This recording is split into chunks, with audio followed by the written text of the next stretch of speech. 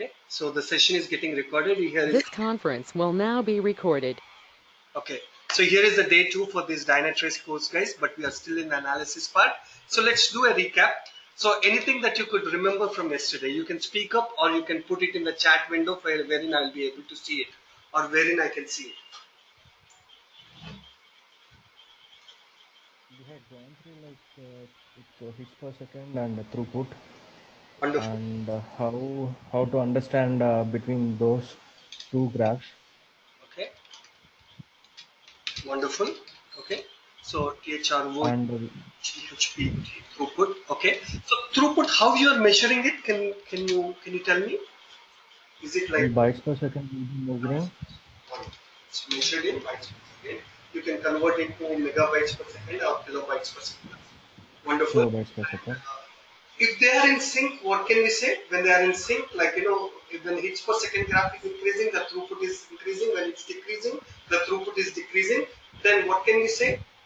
Can we say anything about the server or the server or the servers? Whenever the hits are increasing, obviously the throughput will increase. Yeah. So if the throughput is hits is decreasing, throughput will decrease. Yeah. If that is happening, then what can we say anything about the server? So the server is stable. It was stable and it was able to sustain whatever the load, whatever the hits we are requesting to pass into the servers. It was going good. Wonderful. Whereas if you see, sorry. I said wonderful, wonderful. Keep going. Okay. And if you see, whenever the hits are passing, if the throughput is not increasing, means the sustainability of that particular servers has been reached. So the hits will be in the form of queue, Okay. and so that it will not take any kind of any more hits. Okay. So So you can say reach point, which it has been reached.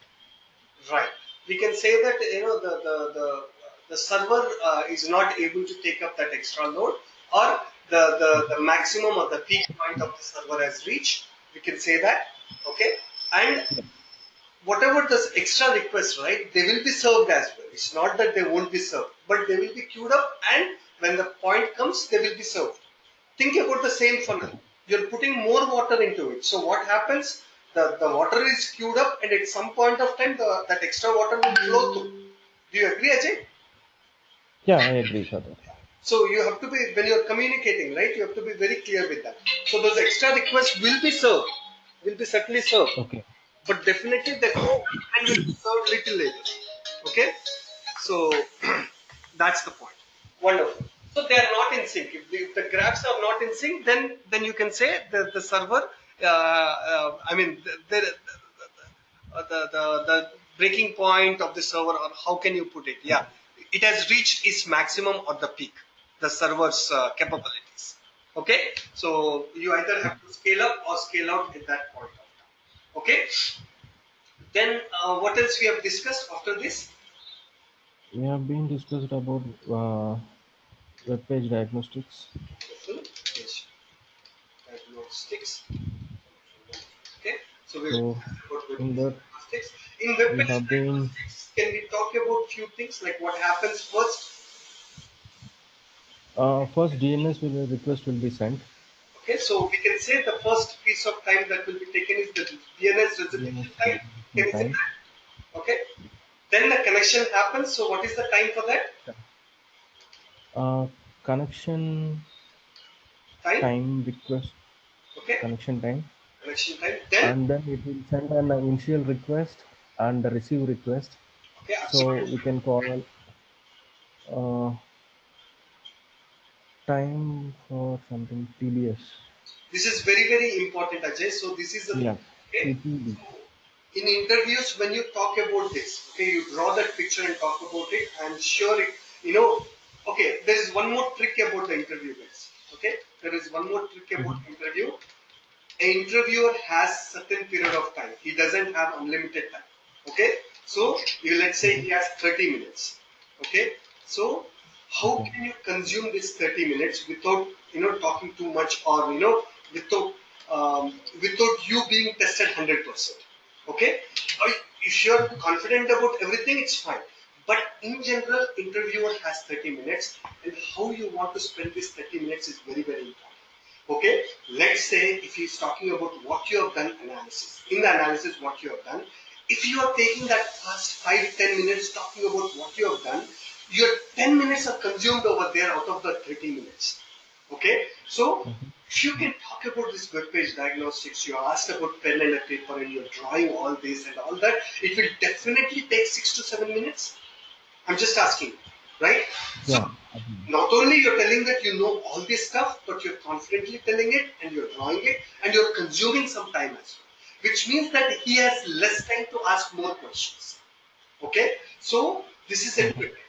Now, if there is a picture and they are putting a trailer, okay, whether the picture is good or not, but he will put a very good trailer out there so that he will attract the audiences. Here also, I'm not saying that you're a good resource or a bad resource, but your trailer has to be good, which means that in the interview, you will talk about those concepts which you have to be confident about.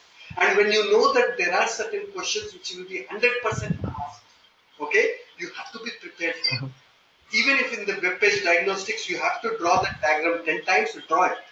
But it has to go into your mind, 100%. Okay? So even though somebody wakes you up in the half of the, like 1 o'clock or 2 o'clock in the morning, you should be able to draw it. Okay? Only then you can go to the interview and draw it, because in the interview, what happens, even for me and a lot of people, is you will not be at your best because you're not relaxed. Okay, so for the, there is certain tension.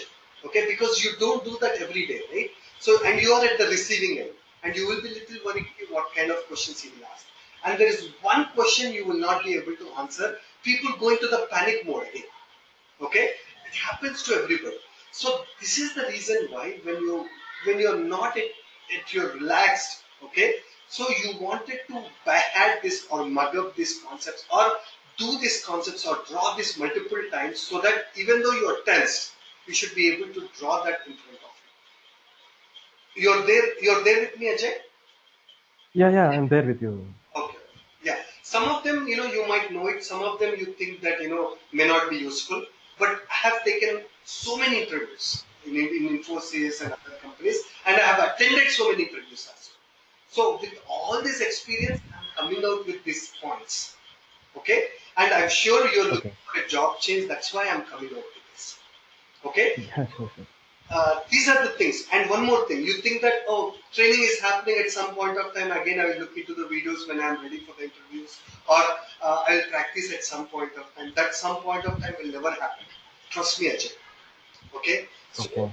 as soon as the class is done, if there is some things which I say important, you look through those videos again, or you practice that multiple times. Okay. So you're Sure. ready for the interview right away. There is no separate preparation for that. Okay, and that is the reason why I'm telling you that as the classes are going, you are applying. Your resume should be out there by now on Monster and Naukri. Okay, so Okay. maybe by this weekend, if you're busy, probably by this weekend you upload it. Okay, and one more thing, Sure. when you upload into Naukri or Monster, okay,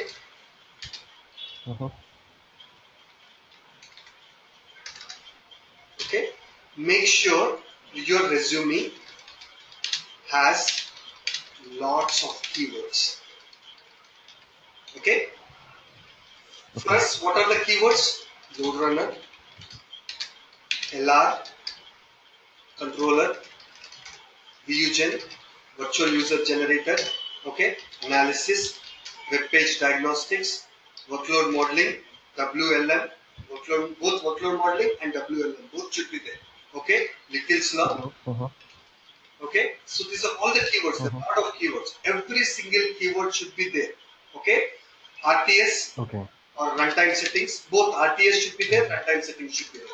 Okay, mixing, think time, uh, uh, what all the keywords that you can think of, everything should be there in your resume. Okay, even if that point needs to be repeated on multiple projects multiple times, I don't care, but these keywords has to be repeated multiple times, and all the keywords that you could expect from performance testing has to be there. Okay, so Uh-huh. these days they expect that you know performance center as well. Okay, it is no big difference. Both of them are same. Okay, so performance center or PC. Okay, so and all the servers. Okay, web server, app server, database server, Apache, Tomcat.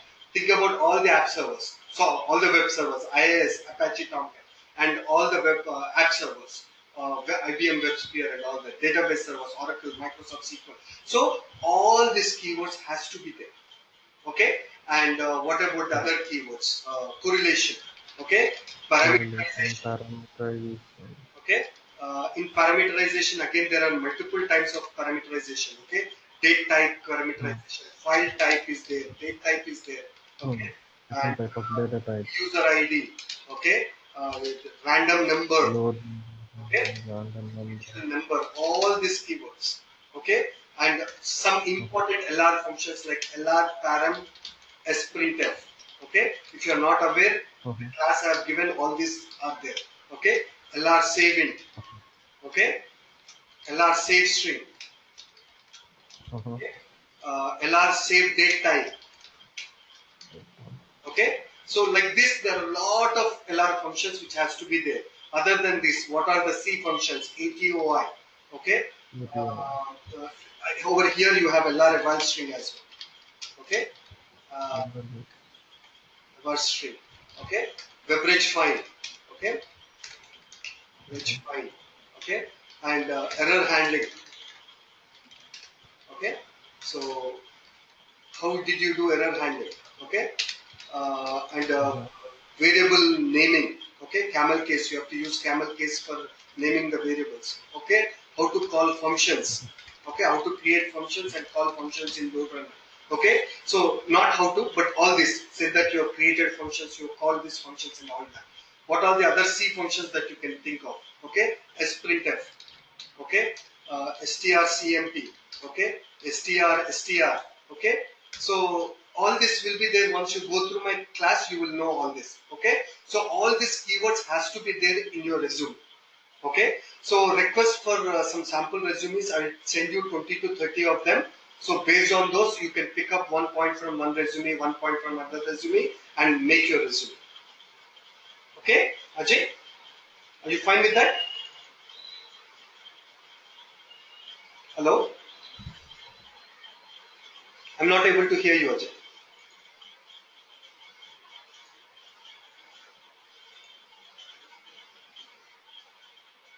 I'm not able to hear you. Is something changed? Not able to hear you. Not able to hear you. Okay. So Ranganath, are you able to hear me? Ranganath? Yes. Okay. So let me send a message to Ajay.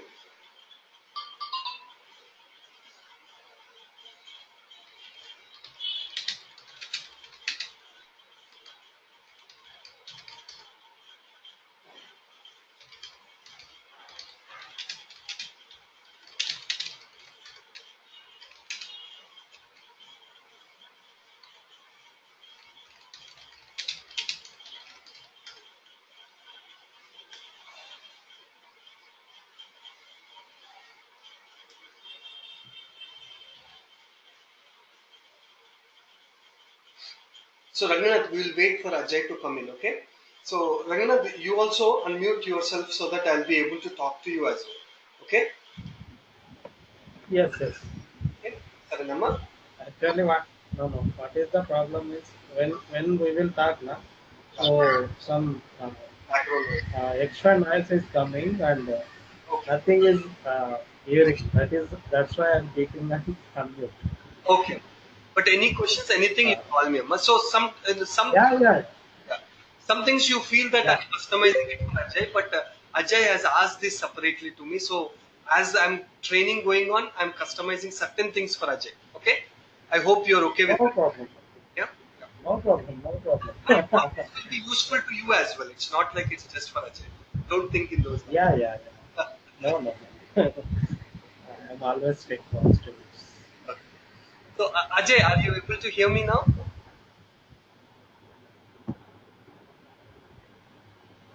Ajay, are you able to hear me now?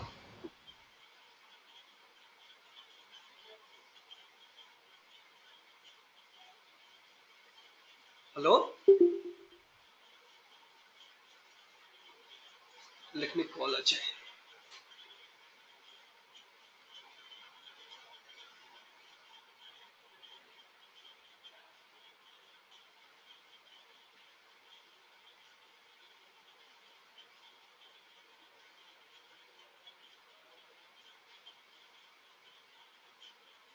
Ajay, please let me know if you are able to hear me.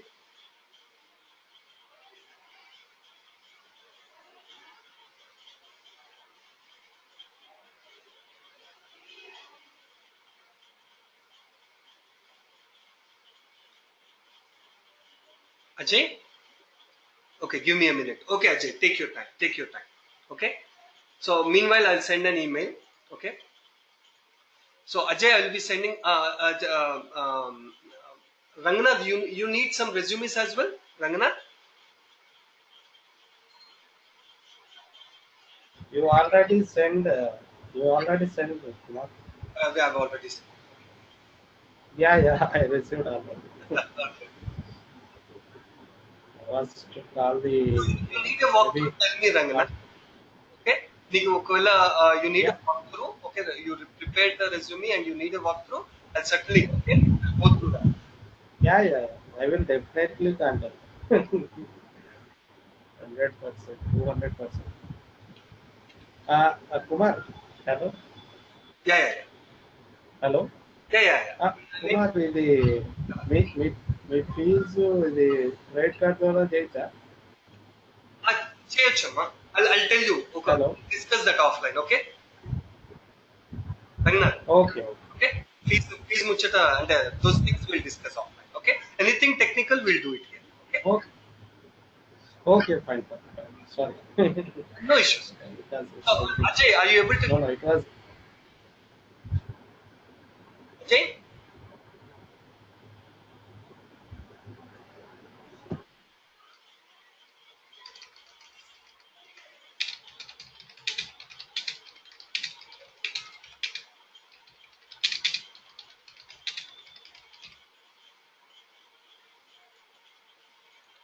Ajay, I'm not able to hear you still.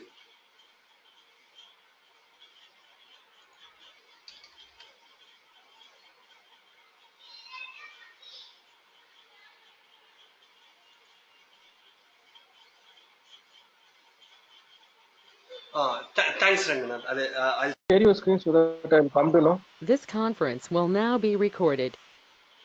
Okay. Can you see that, Yeah, Ajay? it's good enough. It's good enough. Huh? Okay. Yeah, I'm able to see that. Yeah. So in your resume, you should keep all these keywords and more keywords that you can think about. Okay? Because when they search with the keywords, your resume should pop out. Sure.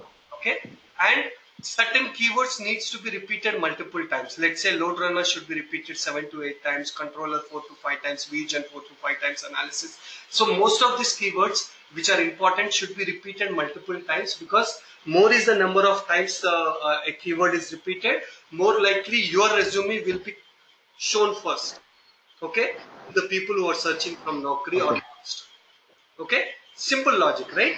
So that's how they create their logic. So they're searching for the keywords. If a resume has more of that keyword, so that will pop out first. Okay, so that is important. And Okay. yeah, every 1 hour or every half an hour you have to refresh your resume. Okay, that is important. So refreshing Okay. resume is making it look like new to somebody who's looking at it. So always a new refreshed resume will be pulled out first rather than something which is really old.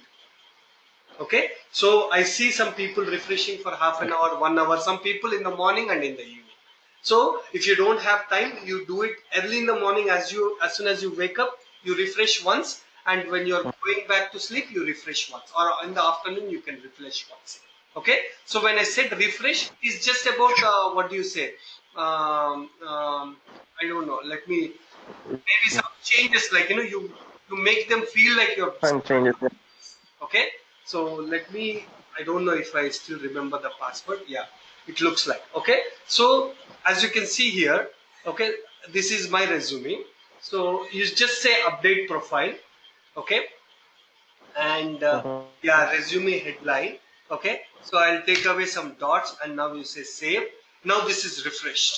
Okay, you see resume headline has been saved successfully. Now this resume would look little refreshed. Okay, or maybe you can change that employee assignment, and maybe you can change something over here, add some points or delete some points. Okay, so over here maybe you can add something else, or maybe you can save some dots and you can say save.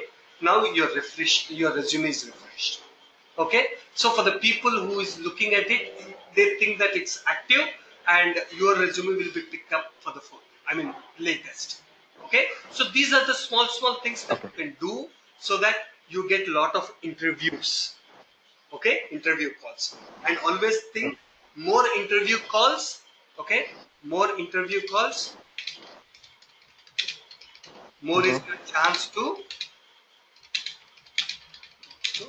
get a job. Okay, with a higher paycheck. Okay, so your job right now is to get as many interview cards as possible. Okay, in that few will fail, few will pass. That's a different issue. Okay, but you should aim for high salary. So having said all this, we'll jump into the topics now. Okay, so we have spoken about DNS resolution time, connection time, test time to first buffer. In that there are two things in time to first buffer. What are those two things? Network and server. Network time and server time, right? Network time and server time. In TTBF, these are the important things. Okay, if the network time is taking a lot of time, so obviously it's a problem with the network. Okay, it could be the sockets, it could be your internet you are using. If it's an internet the person is using, so nobody can do anything about it because it's internet. But if it's the sockets or some issues like that, then definitely the developer needs to be intimated about it. If it's a server time, then definitely the server is taking that much time, and now it could be your app server, database server, or web server. But again, pinpoint and figure out where exactly the issue is. We have to use some profiling tools. Okay, here it is not possible in the analysis. Finally, there is something called download time. Okay, so if the download time is more, again you will report to the developer saying that the download time, which is usually should be less, is more. Now please look into it. If it's the images, or it's lot of images, or you're not zipping the images. But typically, as you can see, even yesterday we have looked into the download time. It is very less. Okay, it is very less. It should be in the order of milliseconds, or half of a second, or something like that. Okay, if it is taking more, then definitely it is downloading something from the server, lot of stuff, and usually that should not be the case. Okay, because even the images, when they zip it, it will be in the order of kilobytes, not in megabytes. If anything which is in kilobytes, it should be able to download. Your client should be able to download from the server pretty fast. Okay, so this is what we have looked into yesterday in the web page diagnostics. Now we'll proceed further. As I go into the Dynatrace, we will talk about thread and process a lot. So I thought I will cover this first before we get into the Dynatrace part. Okay, so let me start with this thread and process, not a performance tester. Okay, let me see if the session is getting recorded. 1 minute, guys. Yeah, it is getting recorded. Okay, so whether you are a performance tester or not, whatever it is, if you are there in the software industry, this is the bare minimum that you should know what is a thread and what is a process. Okay, so you might be knowing it, but I'll take this opportunity to explain in my own way, so that it becomes, if you already know it, it will be clear, it will be more clear to you. If not, it will be an opportunity for you to learn of it. Okay, so now, before I get into the thread and the process and talk about the differences, let's take about any server. You talk about any server, or you talk about any machine. Okay, when I said machine, it could be your desktop or a laptop, or even if it is a mobile phone or a tab, okay, or server. There are three important aspects. Okay, one is the RAM, random access memory. In performance testing, this is simply called as memory. Okay, always remember, in performance testing, if somebody is referring to the term memory, don't think that it's a cache memory or it's a hard disk memory or something like that. It is simply your RAM. or memory. So going forward in my classes as well, I'll be referring this to memory. Even wherever you study, okay, you will be studying. If you hear the term memory, just think that it is your RAM memory. Okay. Now the next thing is the processor, okay, and the third thing is the hard disk. So these three things will define how fast a particular server is or how slow a particular server is. Not only the server, even your desktop machine or the laptop machine that you're buying, if you wanted a good fast computer, whether it's a laptop, desktop, or even your mobile phone, you wanted it to be fast, you look for these three aspects. Doesn't it, Ajay or Langana? Don't you look for, if you're looking for your mobile phone, okay, you're buying for a mobile phone, what is that you look for? You look for the processor, is this the jelly bean or what is it? And then you look for the OS on that, and you look for the RAM, how much RAM it is, and finally how much hard disk you have. So whether you buy a computer as simple as a mobile device or your laptop or your computer or your server, whatever it is, the speed depends on these three, and cache memory as well. How big is your cache and all that. When you go a little deep, you have to look into all that as well. Okay, but we'll restrict it to these three components, these three main components when it comes to any server. And by the way, this server and this hardware we are talking about, this server in our performance testing, we call this as a host machine. Okay, we call this as a host machine. I'll come to the host machine again little later. Okay, when we are discussing about why we need profiling tools, we'll come to the host machine at that point of time. But just think that the hardware part of the server, okay, with the operating system, you call it as a host machine. Okay, the hardware part of the server with the host machine, with the OS, we call it as a host machine. But for now, you just consider that. Now we'll come back to the thread versus process discussion. Now we'll look into this RAM. Let's say this is your memory. Again, I'm saying I will not use the word RAM again. I'll be using the word memory going forward. Okay. So this memory, okay, let's say this is memory, and a piece of code will be there on this random access memory or memory. Okay. So usually, always remember, guys, if the processor has to process or the processor has to run this program, always it is happening from the RAM. The processor will not be able to run a particular program from the hard disk. It will be able to run a particular program if it is there on your memory or if it is there on your RAM, then the processor will be able to run that particular program. Okay, so we'll be able to run that particular program. So always remember that the processor will run a program and will run a program which is there on your RAM, okay, or which is there on your memory. Now, with this background, let's discuss about thread and process. Okay, again we'll go back to our Mark example. In his house, they have a habit of reading the newspaper. Now the newspaper is lying on the table. The newspaper is lying on the table. So the newspaper doesn't have any life to it because it is just lying on the table. Okay, so there's no life to the newspaper. Similarly, the code, the program that you wanted to execute, what is an application, guys? Application means it is set of programs. Okay, so programs are there in the methods. So this program is lying on the RAM. It's as if the newspaper is lying on the table. So this has no life and this has no life as well. Okay, because there is a piece of code which is just lying on the RAM or which is just lying on the memory. So this doesn't have any life. Okay, now what happens? Our Mark early in the morning, as always, have the habit of reading the newspaper. So he has picked up the financial section of the newspaper and he started reading the newspaper. Now he started reading the newspaper. There is a life to the newspaper now. There is a life to the newspaper now. Similarly, now there is a thread which came in, and this thread is running a particular piece of code on this particular program or this piece of code.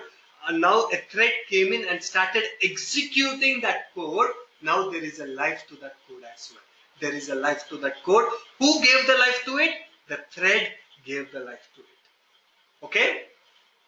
Until then, it's just it's a piece of code which is just lying on the memory. Only when the thread came and it started executing certain lines or certain piece of code, then there is a life and the program started executing.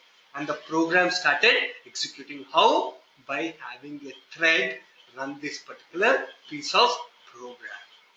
Okay. Now, Mark's wife came over. Her name is Stacy. She picked up the newspaper and she started reading the entertainment part of the newspaper. And that's what happens. Okay. I'm married. Ajay is married, and I'm sure Ranganath is married as well. So if not, I'm sorry, Ranganath. But you know what ladies want, right? They're more into entertainment.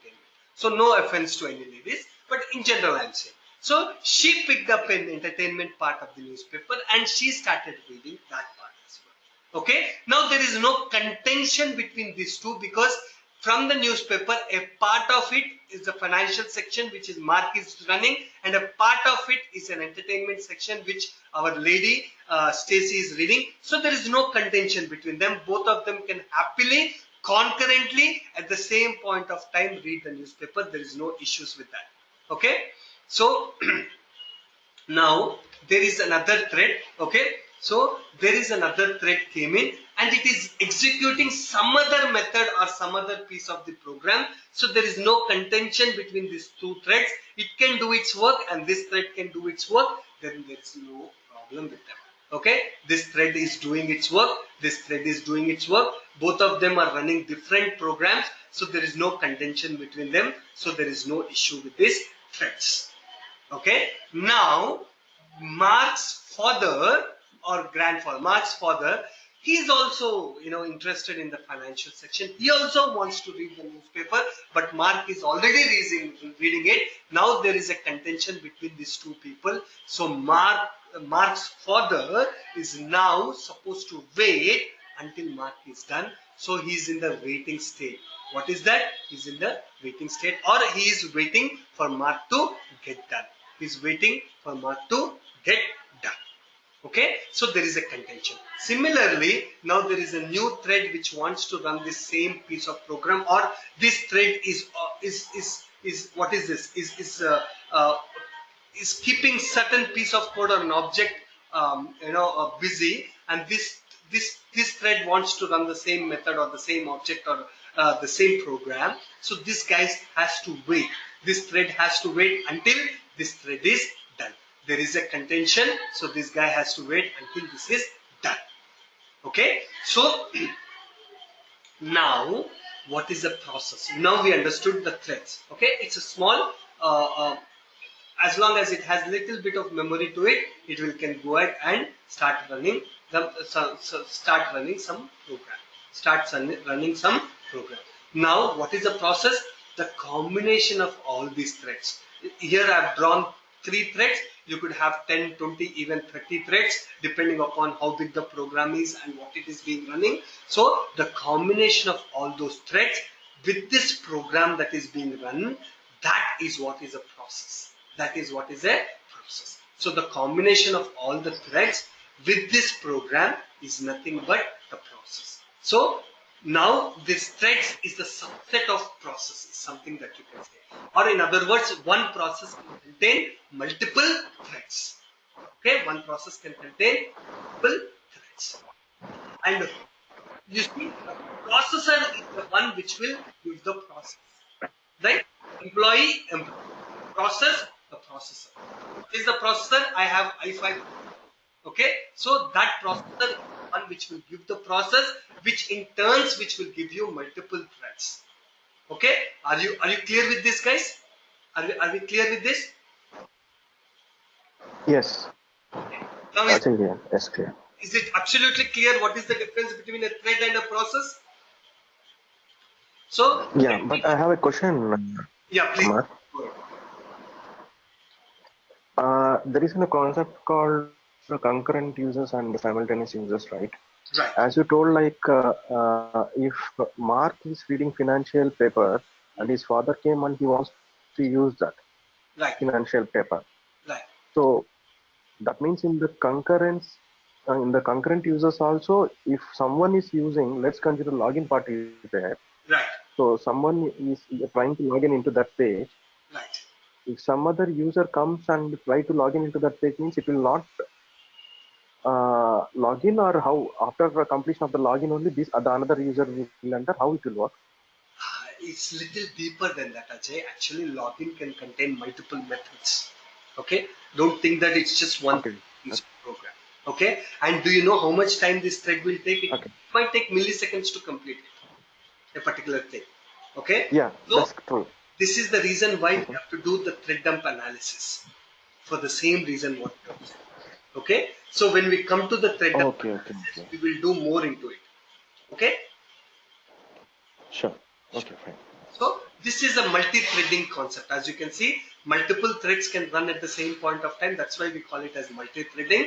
And usually multi-processing also is applied, because at the same time you can have multiple processes which could run.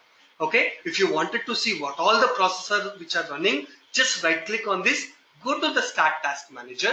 Okay, go to the processes. You see at this point of time so many processes are executing. Okay, one is process. If there are multiple, you have process. Okay, one is process. If there are multiple of them, processes. Okay, who will give these processes? The processor is the one which will give you that processes.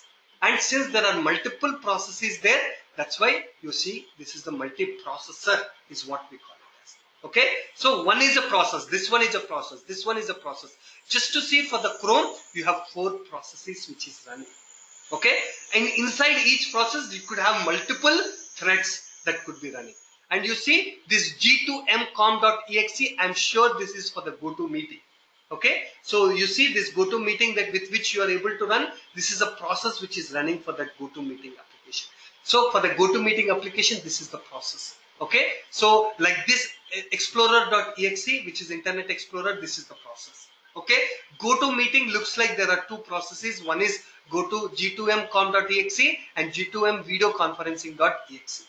Okay, like this, and g2m launcher.exe is also there. So just for GoToMeeting, there are 3 processes. Each one is doing certain amount of work, certain part of the work. Okay, they could have logically divided that for launcher and all that, that piece of code will be there and handled by this process. And for video conferencing, whatever that threads and related to the video conferencing is there in this process, and the remaining else is there in this process. I have Notepad++ open, so this process is for that. So like this, okay, like this, there are multiple processes which can run at this point of time, and each process you see how much memory is being consumed for each process. Okay, so there's a piece of program that runs and it's a memory, right? So each process has certain memory usage as well. Okay, so similarly, your application, your developer has developed, that is an application as well, and for that you could have one process or you could have multiple process. Okay, and each process you could have multiple threads inside that. Okay, when we get to thread dump analysis, we'll clearly discuss what are the different stages the thread could be in. It could be in the new state, it could be in waiting state, it could be in lot of or finished state, or it could be in lot of states, or there could be deadlocks. What is that we have to look into? What is that we have to report to the developer? We'll talk about all that. Okay, so Ajay, are we clear so far? Ajay and Ranganath? Yes. Okay, wonderful, wonderful. Okay, now we are talking from the application point of view, but in the interview, there is a very, very important question people will ask. Okay, in the interview, there is a very, very important question people will ask. Okay, so if you go back to your VueGen, okay, so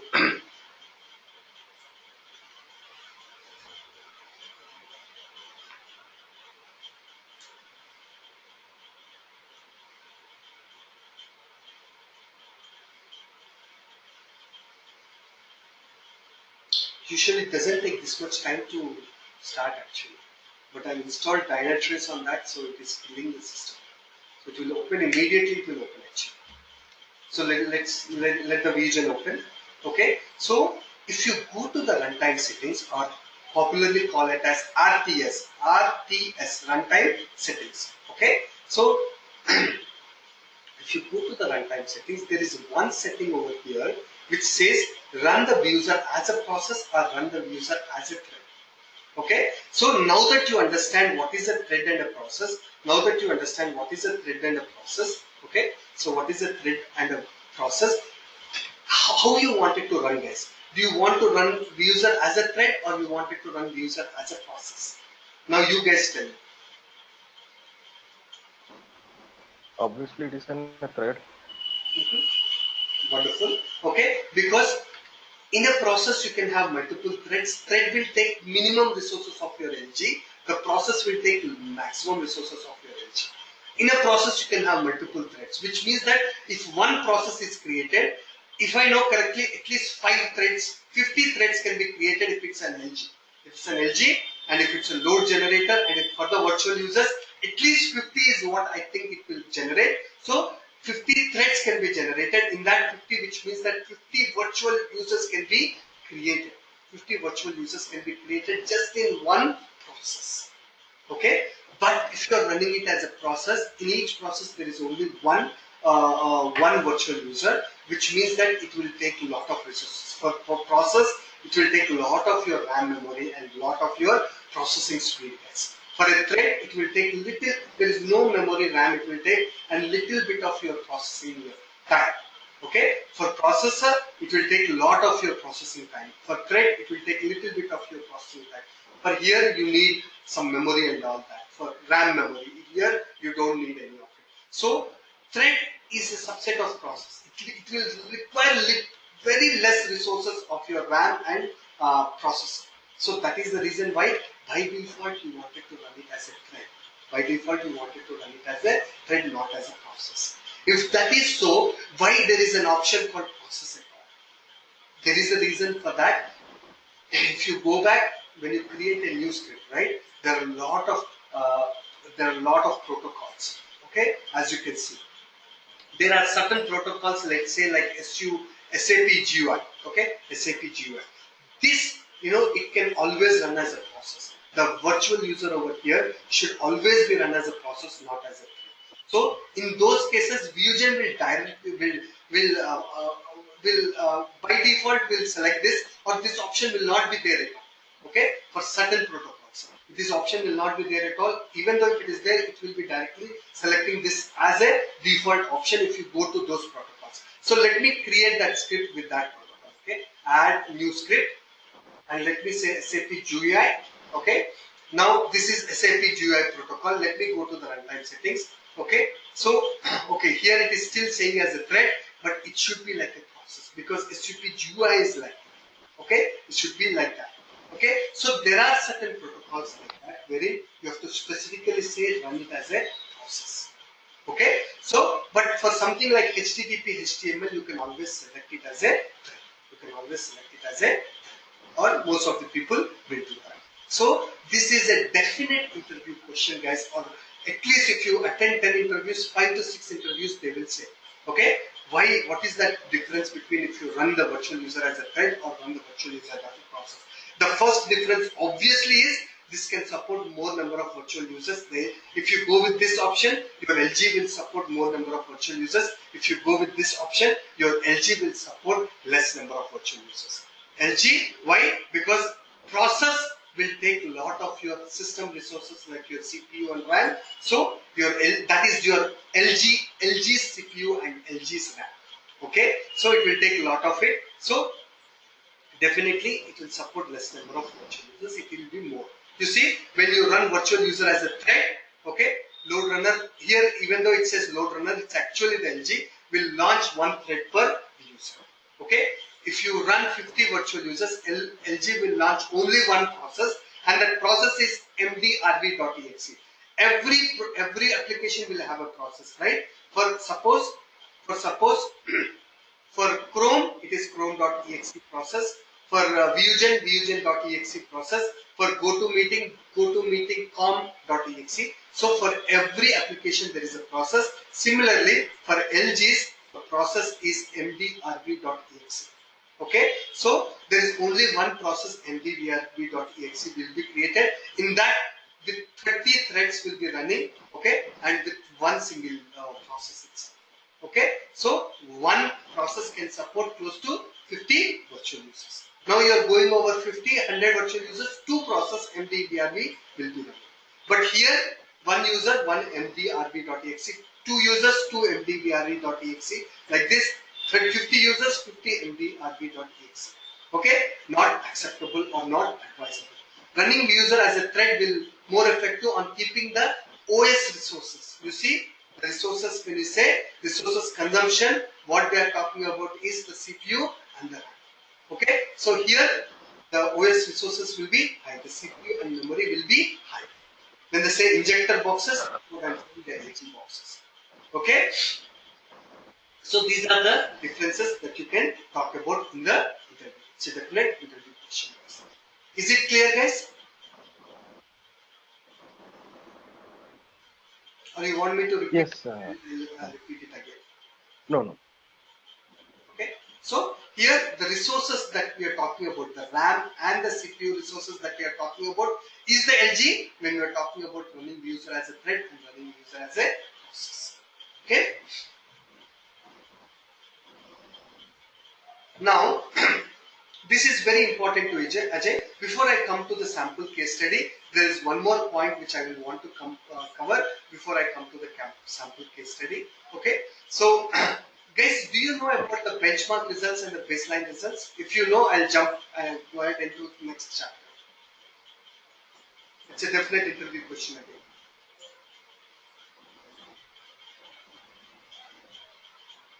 You can go through with that too as well, Kumar. Benchmark versus baseline. So, there is little ambiguity about benchmark and baseline results, but what I have done in my project, keeping that in line, I'm going to explain this. Okay. So again, as I'm explaining, obviously I'll go to the Mark's example. So let's look at Mark. Okay. He wants to run a marathon. Okay. Marathon means 26 miles. So to complete a marathon, he has to complete 26 miles. And there is some industry standards to complete. Okay, not for Mark, but there is industry standards. Most of the people will complete this marathon in 4.22 hours. That is the marathon finishing time. That's the industry standard, which means that if you complete it in that or within that time, then you can say that you have completed the marathon. If you are completing it in 8 hours or 2 days, then you don't really say you have completed the marathon. You completed that 26 hours, but you are not completing within this timeline, then you don't say that you have completed the marathon. So there are some standards. What are the standards? You have to complete 26 miles and that too within 4.22 hours. Now our Mark has started practicing our marathon. Okay, so what he has done, on the first day, he has completed the marathon. Usually not many people can do it or nobody can complete. When you're practicing, nobody can complete that 26 miles. So just for our discussion purposes, he has completed all that 26 miles, but he has taken 8 hours to complete. He has taken 8 hours to complete. Now what is the benchmark? Benchmark is 4.22 hours, which is our industry standard. And what is the baseline now? It is 8 hours. What is the baseline? The first day performance. What is the first day performance? The 8 hours is your baseline. It's your baseline. So our Mark is able to complete the marathon, but it's 8 hours. So 8 hours is the marathon. 8 hours is the baseline. But what is the industry standard? 4.22. So our Mark is aiming for this time. Our Mark is aiming for this time. So the benchmark is what you aim for. The baseline is your initial performance, which is 8 hours. Now 8 hours will become the baseline for the next practice session, which he will do tomorrow. Okay, or the next day. So on the next day, he will complete. Okay, he completed the marathon. Let's say he has completed it in 9 hours. He's completed it in 9 hours. Then he compares with the earlier baseline, which is 8 hours.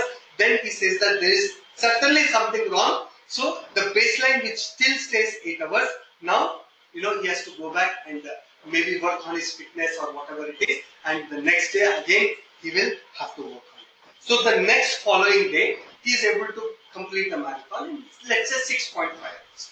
Now he completed 6.5 hours with the baseline results, which is 8 hours. Now there is an improvement, which is good. But is it meeting the industry standards, which is 4.22? No, not yet.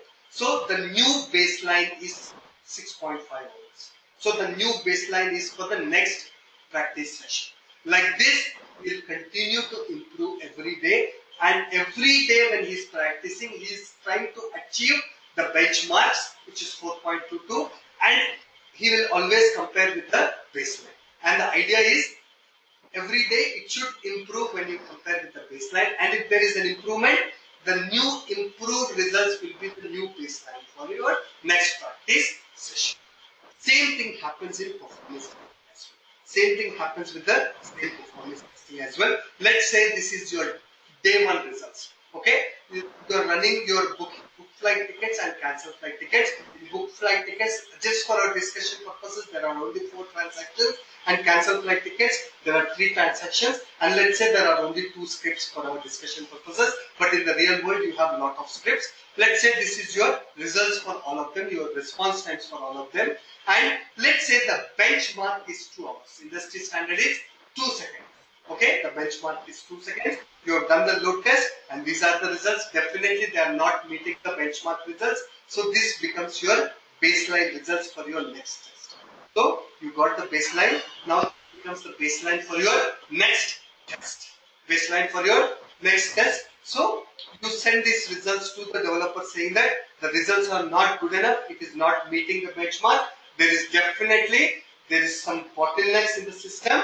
So if possible, you will figure out, now that you are learning Dynatrace, you will be able to figure out where is those bottlenecks, and you will be able to tell to the developer, here are the bottlenecks. Now the developer will fix those bottlenecks and he will give the code back to you. That will be your day 2 results. Okay, that will be your next load test or day 2 results or the next day results. Okay, so this is your baseline results. Day 1 results are your baseline results. So this is your baseline results. So the code went to developer, he has fixed the bottlenecks and he came back to you, and you have done the load test again, and these are the load test results again.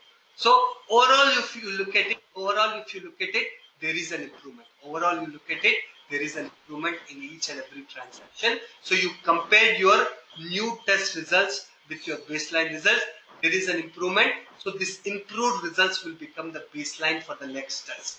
It will become the baseline for the next test. So your baseline is changed from this results to this results. So do you compare this with the benchmark again? It's not still okay. So again you send the code back to the developer, and again you ask him to fix it or whatever it is. You get the results back, and again you do the load test. You compare with the baseline if there is an improvement, which is good, and you compare with the benchmark, and if it's meeting your benchmarks, then you can stop your testing and say that my results meets the benchmark, and that results, the final results that you get, and the final results, you see, this is the benchmark and this is your final results.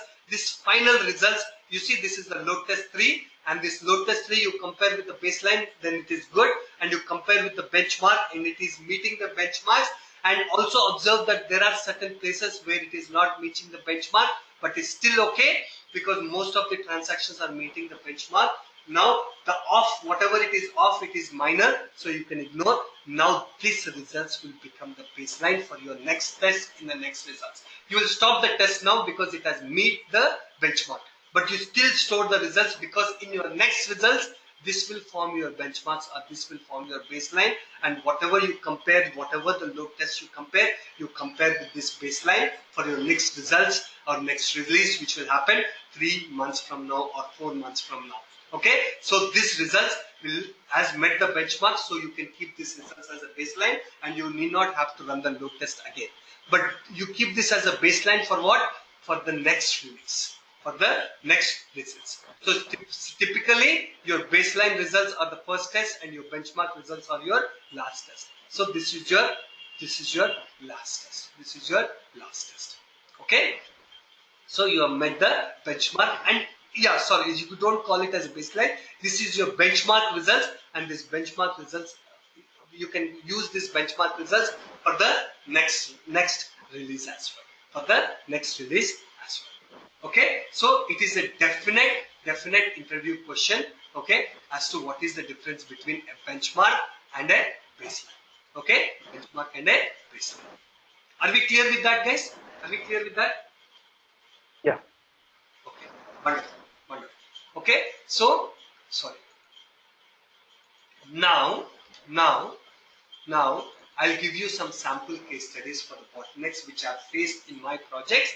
Okay, so Ajay and Ranganath, concentrate well. Okay, so in the interviews you can talk about these bottlenecks as well. Okay, mom is not with you. Okay, just give me 10 minutes. I'll be done. Okay. Just give me 1 moment, guys. I'll stop the. Just give me 1 moment. I'll keep you on mute.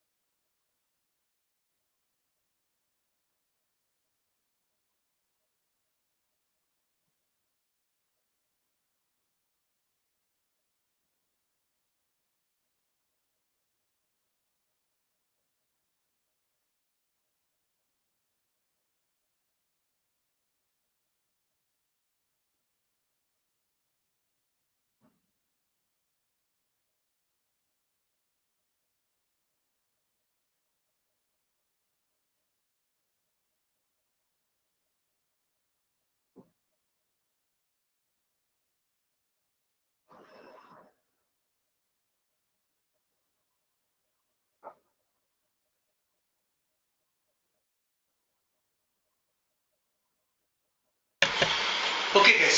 Sorry about that. So let's continue. Are you there? Yeah.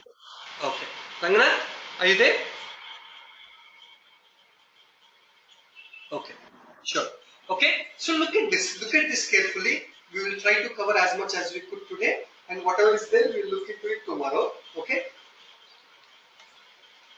Uh, Now you see, okay, let's look at the problem statement. Watch here carefully, guys. Okay, a load test was done for one of the customer on a Java-based application with an Oracle database at the back end.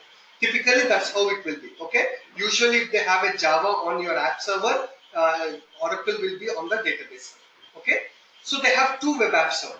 They have two web app servers. Okay, web app server could be IBM WebSphere or something like that. Okay, even Apache Tomcat could be a WebSphere. Web app server is what I have heard. IBM WebSphere and all that.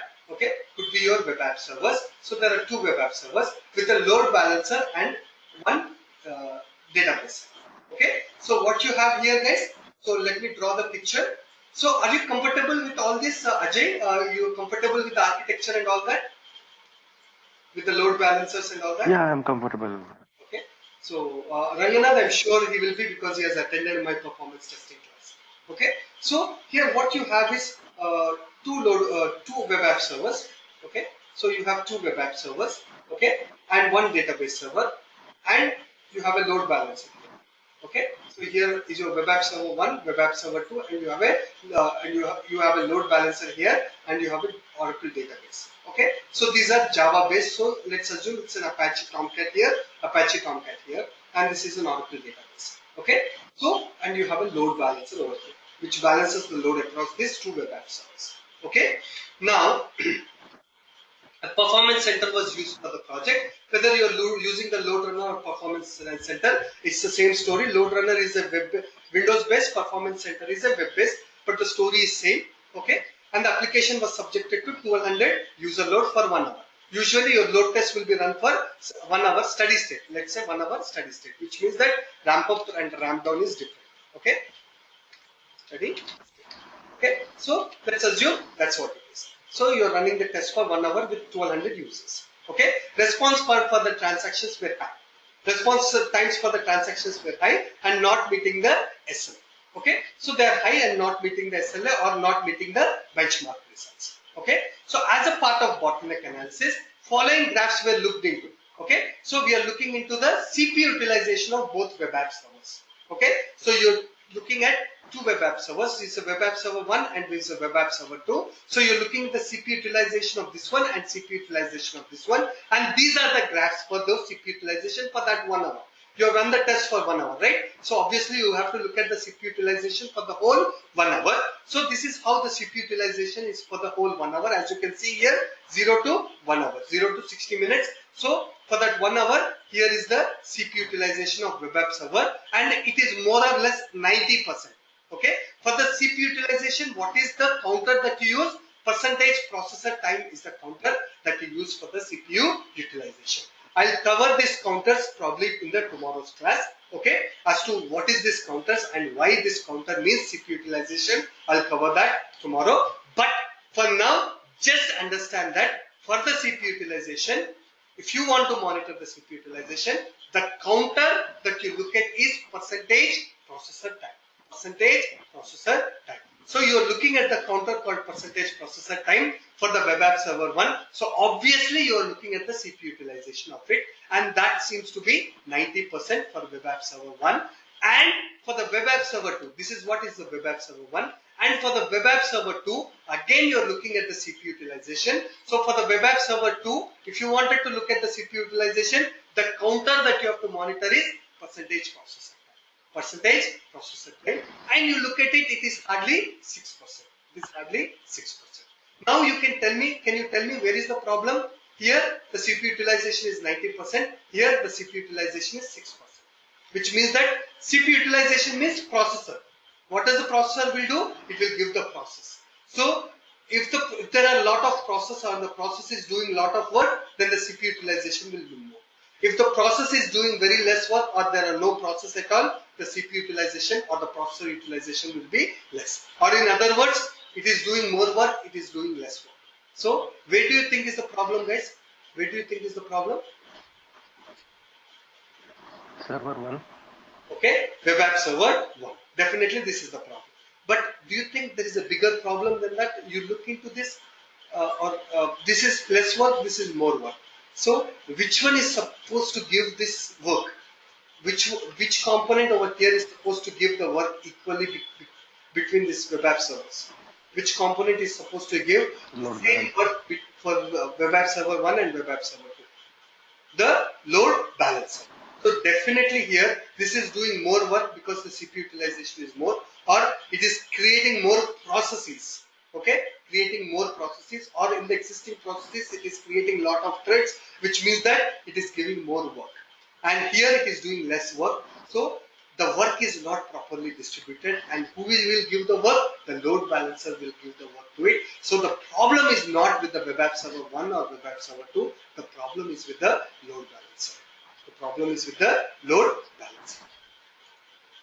Is it okay, Ajay and Ranganath? Yeah, how we are justifying that is an issue with the load balancer? Because How we can justify that? as you can see here, who is supposed to give more work to both the web app servers? The load balancer. As the name suggests, Yeah, obviously load gen. Yeah, as the name suggests, it balances the load across both the servers, right? Yeah. Or if there are 3 servers, it has to balance the load across 3 servers. Definitely, this is taking more work and this is taking less work. So who is supposed to give the work? This one is supposed to. So this is giving more work to it, so therefore it is more loaded up. And this is giving less work to it, this is less loaded up. It makes sense, right? Okay. Yeah, obviously. Right? Or you have some other points, you can bring it up. You can always make it as a discussion. It's not should be one way. If you have other points that you have, maybe we can bring it up. Yeah, no, I don't have any point. Okay, fine. Okay, so as you can see here, CPU utilization is the work. Okay, this is doing more work and this is doing less work. So definitely your load balancer is not appropriately giving the request. So it is doing more work means more request is going over here. Does it make sense, Ajay? Okay, your CPU utilization is 90. Yeah. Means more request is going over here. Let's say load balancer is receiving 100 requests. Maybe 90 requests are going over here and 10 requests is going over here, and that is the reason why it is taking more work. It is doing more work, and no wonder the CPU utilization is more. And it is taking less requests, so it is doing less work, so the CPU utilization is less. That could be one reason, or the CPU both of them have a different configurations. This has the processor of this is having a less speed, and this is having the high processor. That could be that could be the thing as well. If that is so, you have to make appropriate configuration in the load balancer so that this will give less work, this should be given less work, this should be given more work, because the processor of this is more and the processor of this is less. We are talking an ideal situation wherein the hardware configuration or the processors of both of them are same, which is typically that's how it will be. Okay, you don't see web app server having this more configuration and this less configuration. Assuming that both of them having the same configuration and the processing speed is same and the processor is same, I'm thinking that this is taking more load and this is taking less load. Okay, if the processor or the configuration is different, then you have to make changes in the configuration of the load balancer appropriately or accordingly. So Ajay, is it make sense? Can we proceed further? Ajay and Rangana? Yeah. Yes. That's fine. Okay. Now we'll look into the next problem statement. Okay. You see, a SOAP test was done. Okay. A SOAP test performed for an application for 34 hours. Typically, it will be done for 8 hours or 16 hours or 1 day or 3 days or 2 days. Usually it will not be done by 36 hours, 34 hours, but somehow I had drawn this graph 34 hours, so I made it as 34 hours. But honestly speaking, in the real world, it is 8 hours or 16 hours or 1 day or even 3 days I have seen. So Ajay, in your projects, how long you have run the SOAP test for? We usually run 8 to 12 hours, that's it. 8 to 12 hours, right? So that's 8 hours is the standard time. Yeah, typically that's how it will be done. But just for our discussion purposes, let's say it's 34 hours. Okay. Performance center was used for the project and application is subjected to 800 user load. Okay, as per the requirement. Response of further transactions were initially low. Watch this carefully. Response times for the transactions were initially low and were under the SLA, so there is no issue. But that's how it will be. When you will run the SOAP test, only when the load test passes. When will the load test will pass? When it will meet the SLA or when the response times are below the benchmarks. Okay, so no wonder the response times were initially low and meeting the SLA. But however, with time, the response times became really high. As the time went on, the response times became really high, which means that the first 2-3 hours, the response times were less, but on 24th hour or 34th hour, the response times were high. As a part of bottleneck analysis, following memory graph were observed for the web app server. For which server? For the web app server, the memory graph was observed. So what can you infer from the graph? So this is the memory usage graph, okay, or the memory utilization graph. This was the CPU utilization, right? For the CPU utilization, what is the counter you have used? Percentage processor time. For the memory utilization, what is the counter we will use? Private bytes. Or some people use available bytes as well, okay? But private bytes is memory utilization. I'm talking about utilization, not the memory which is available or free. Memory available or free is how much memory is available. But private bytes is what? How much memory is being utilized. Okay, so you see the memory utilization over a period of time. For the first 1 hour it was like this, but as the time went on, you see first 1 hour, 2 hours, 3 hours, 4 hours. So as you can see, by the 34th hour, this is what 24, again it is starting from 0. So this is by 34th hour, the memory utilization is slowly increasing. If it was available bytes, okay, if you are looking at the counter called available bytes, which is the memory available, this graph will be the other way around. Okay, so as the memory utilization is increasing, the memory available will be decreasing. Here the memory available will be more, here the memory available will be less. So if you are looking at the counter called available bytes, this graph will be the other way around. Okay, at the starting there will be more memory available, but as the test progresses there will be less memory available. So it will be exactly opposite to this one. Okay, so let's look at the memory utilization graph, and as the test is going on, the memory utilization is increasing. So what can you infer from this, guys?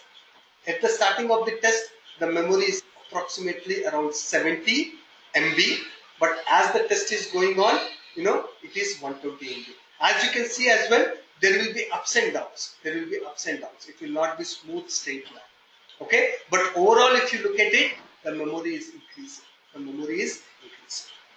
Okay, so what can you infer from this, guys? What can you infer from this?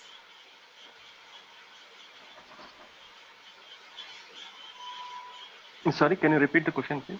So what can you infer from this graph? What can you say? What do you think? Do you think is an issue over here?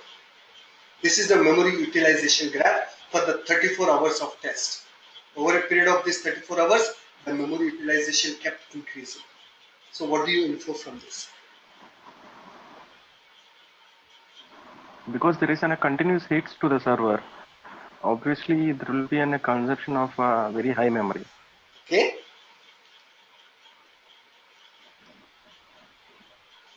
Okay. So, yeah. More.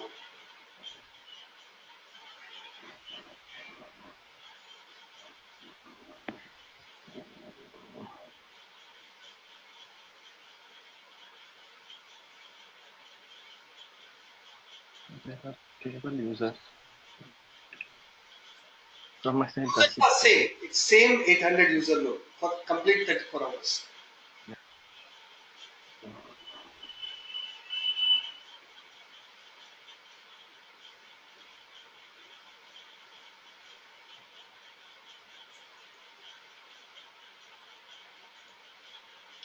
So, are you aware of the memory leak concept? What is a memory leak?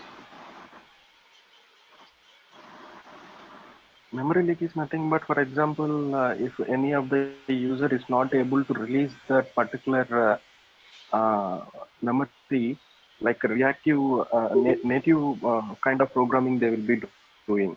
Right. So if there are any kind of functionalities where they have been not able to release that particular memory, so some other user will keep on wait, and what will happen is the amount of memory will keep on increasing. Wonderful. For that particular user alone. Is it not happening over a period of time? The amount of memory is not increasing for the same user load? It was utilizing more. Right? Sorry? So, Ranganath, are you able to hear me now? Are you able to hear me now? Ranganath?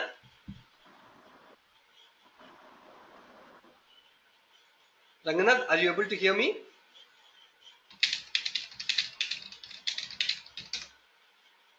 Hello? He is in mute.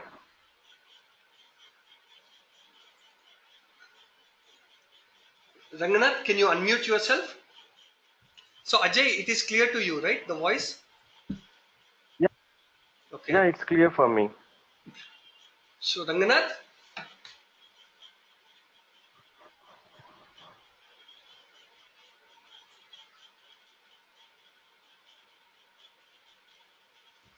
Okay.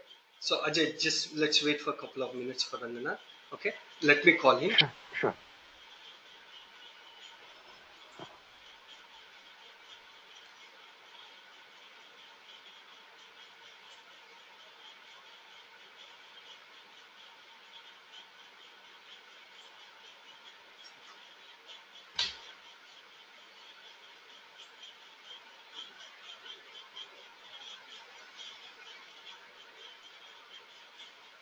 Ranganath, చెప్పమ్మా వినబడుతుందా?